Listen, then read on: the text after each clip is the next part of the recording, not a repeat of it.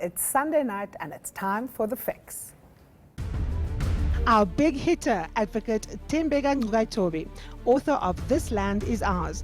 Is the land issue becoming an elections football? Why has the ANC not expropriated a single piece of land since 1994 up until now? Why?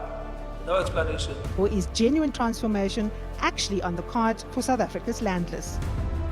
And in the look ahead, we scrutinize the looming shake-up in the National Prosecuting Authority. The votes received by Mnangagwa Emerson Dambudzo of ZANU-PF party are more than half the number of votes cast in the presidential election.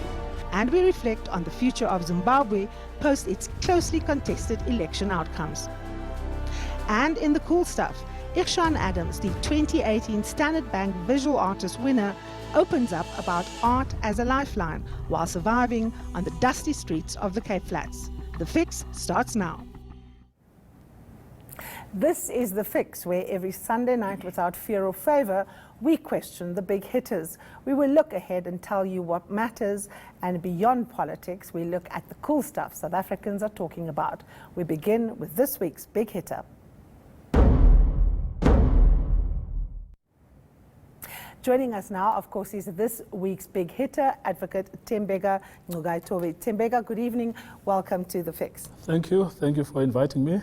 Now, of course, the big conversation, apart from the Zimbabwean elections, was the after 10 o'clock announcement of Cyril Ramaphosa on the fact that the party has now decided to expedite the question of changing the constitution.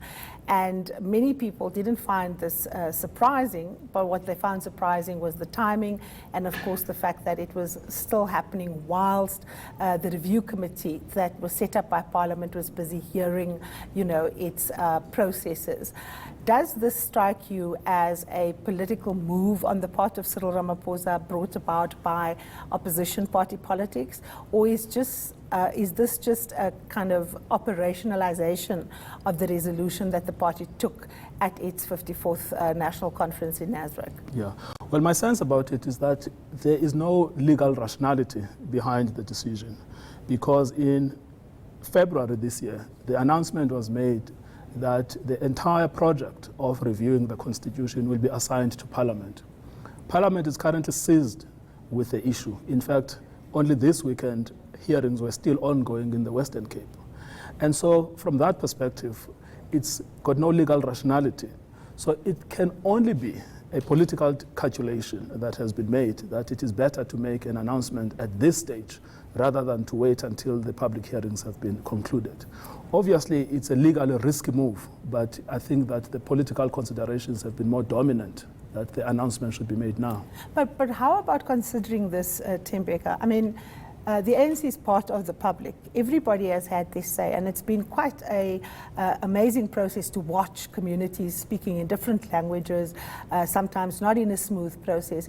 Is the African National Congress not entitled as a party to also say what it wants to do? Well, the ANC has announced what it wanted to do. It announced in February that what it wants to do is to instruct its representatives in Parliament to hear the views of the public. So it's not as if we're in the dark about its decision. The problem is twofold. The first problem is that in the middle of that process, it turned around. The second problem is that the announcement was made by the head of state. It is true that they have said he made it in his capacity as the president of the ANC, but many ordinary members of the public will look at Cyril Ramaphosa as head of government. And hence I'm saying that I think the dominant consideration was political, because what they had decided is that the location of the entire constitutional review process will be parliamentary. And prior to the conclusion of that process, it is rather surprising that they decided to make this announcement abruptly. Now, you, in the opening, we saw that you said you were quite disappointed that the ANC has never brought a test case, of course, to the Constitutional Court. Let's have a listen. I spoke a few weeks ago on this very program to David Makhura, who had said Gauteng had committed themselves to identifying land that should be going before the Constitutional Court. Let's have a listen to him. We have identified all land parcels owned by state-owned entities, state-owned land, municipalities, provincial government, national government departments, SOEs, state-owned enterprises, in our province, including what the plans are on that land, and there are significant land parcels where there are no plans. We have also identified buildings, state-owned buildings, where we can do much more. Some of the schools in the townships are empty, and we have business people, township entrepreneurs who come to us to say, look, I'm doing this now in my house. Only if I was to get a bigger piece of land or bigger property, I could do much more.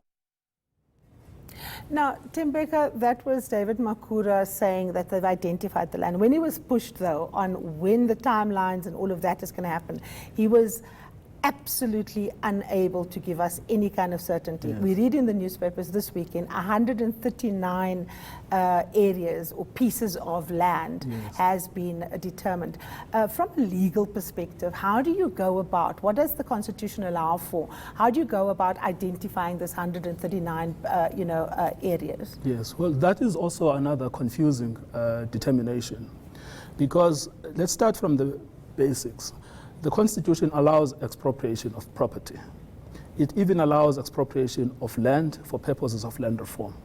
The old problem that we have been grappling with is why that constitutional provision has not been tested.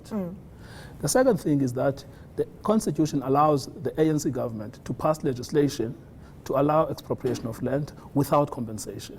But they have never passed the national legislation that would give them the authority to expropriate without compensation. And if you want to expropriate, the expropriation provisions is essentially a two-stage process. The first is the identification of the land that is liable to expropriation. But once that land is identified for expropriation, then the machinery of the law is then triggered, which entails a hearing to the person who is affected by the targeted expropriation. Once that has taken place, the second leg kicks in, which is that the court must then determine the compensation, which may be just and equitable.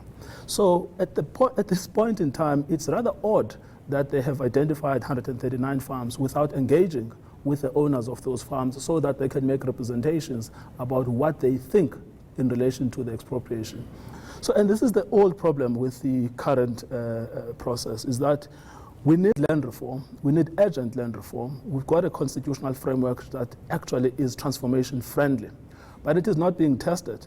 Instead, what we are seeing is actions that are taking place outside of the constitutional framework, which might ultimately be counterproductive, because instead of setting us on a trajectory to fast-track land reform, we might ultimately get bogged down in the court process.